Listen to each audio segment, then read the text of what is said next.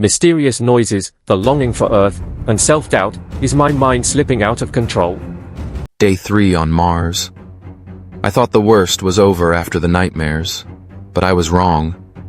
Last night, something new crept into my reality. Sounds. It started just as I was drifting off to sleep. A faint tapping, like metal against metal, echoed through the base. I sat up instantly, heart thundering, ears straining to catch it again. Silence. I convinced myself it was just my mind playing tricks. Residual fear from the nightmare. I laid back down, but the sound returned. Louder, more deliberate. A rhythmic pattern, almost like footsteps. I bolted upright, grabbing the nearest tool as a makeshift weapon. My mind raced. Was it the wind? A malfunction? Or was something out there? I hesitated, my instincts fighting against the logic drilled into me during training. There was no one else on Mars. The AI system should have alerted me to any external disturbances, but it remained eerily quiet.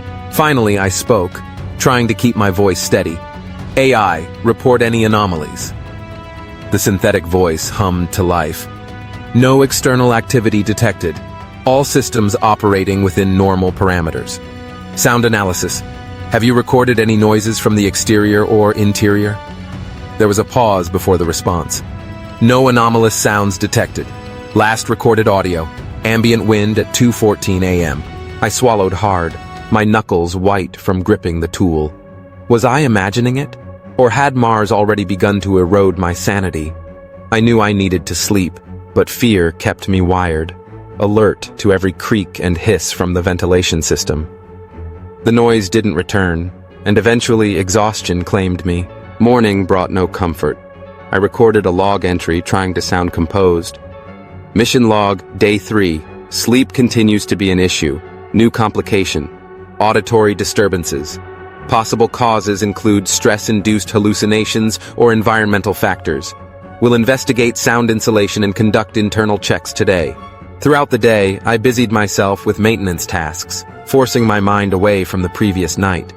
The logical part of me insisted it was just stress, a mix of isolation and fatigue. Still, a gnawing doubt lingered. I couldn't shake the feeling that something, or someone, was watching me. By midday, I decided to test the external microphones, searching for any anomalies. The audio playback revealed only wind, steady and unchanging. I ran diagnostics on the entire base, hoping to find a rational explanation, but everything checked out. My heart sank. If there was nothing wrong with the equipment, then it had to be me. My mind was turning against me. Later, I forced myself to eat, though every bite felt heavy. I kept glancing at the small window, half expecting to see a figure outside. The rational part of me hated this, hated how fear had started to bend reality. That evening, I sat by the comms unit, staring at the Earth transmission logs. Nothing new. Communication delays made real-time conversation impossible. I couldn't reach out and just talk to someone. I was alone with my thoughts, isolated in a way no one could understand. I found myself clutching the photo of Earth again, the familiar shape of continents almost mocking in their beauty. A sudden intense longing hit me, so visceral that it hurt. Home. I missed the sound of rain on the roof, the smell of fresh grass, the hum of life around me. Here, on Mars, everything was sterile, artificial, dead. Unable to contain it, I spoke aloud, almost as if someone might hear me. I miss home. I miss feeling human. As night fell, I prepared for another restless sleep, dreading the possibility of those sounds returning. I set the AI to record audio throughout the night, hoping to catch something, anything, that might explain it. Then I laid down, eyes fixed on the ceiling, repeating to myself that it was all in my head.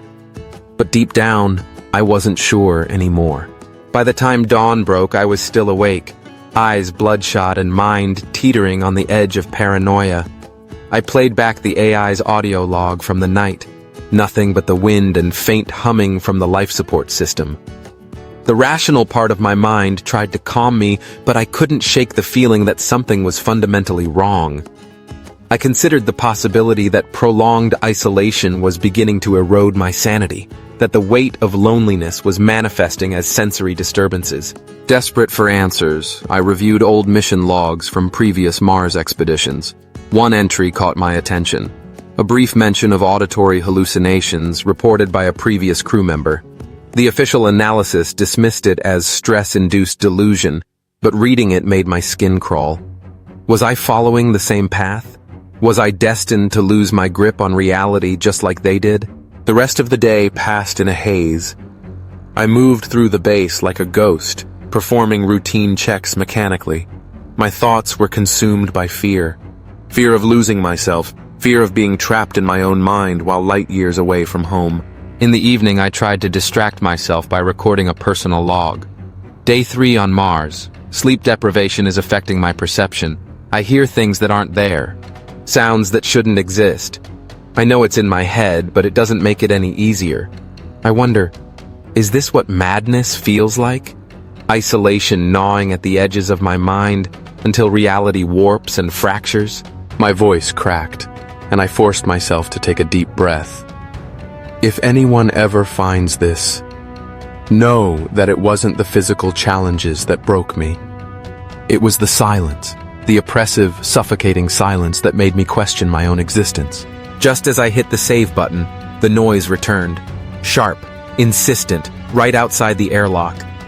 My heart froze as the sound repeated, louder this time. Metal scraping on metal. Footsteps. I could feel the vibration through the floor. Trembling, I reached for the surveillance feed, but the external cameras showed nothing. Panic clawed at my throat. Was it real this time? Or had I finally lost my mind completely? A chilling thought struck me. What if I wasn't alone after all? What if something was out there? Something that knew I was losing it, feeding on my fear, waiting for me to break completely?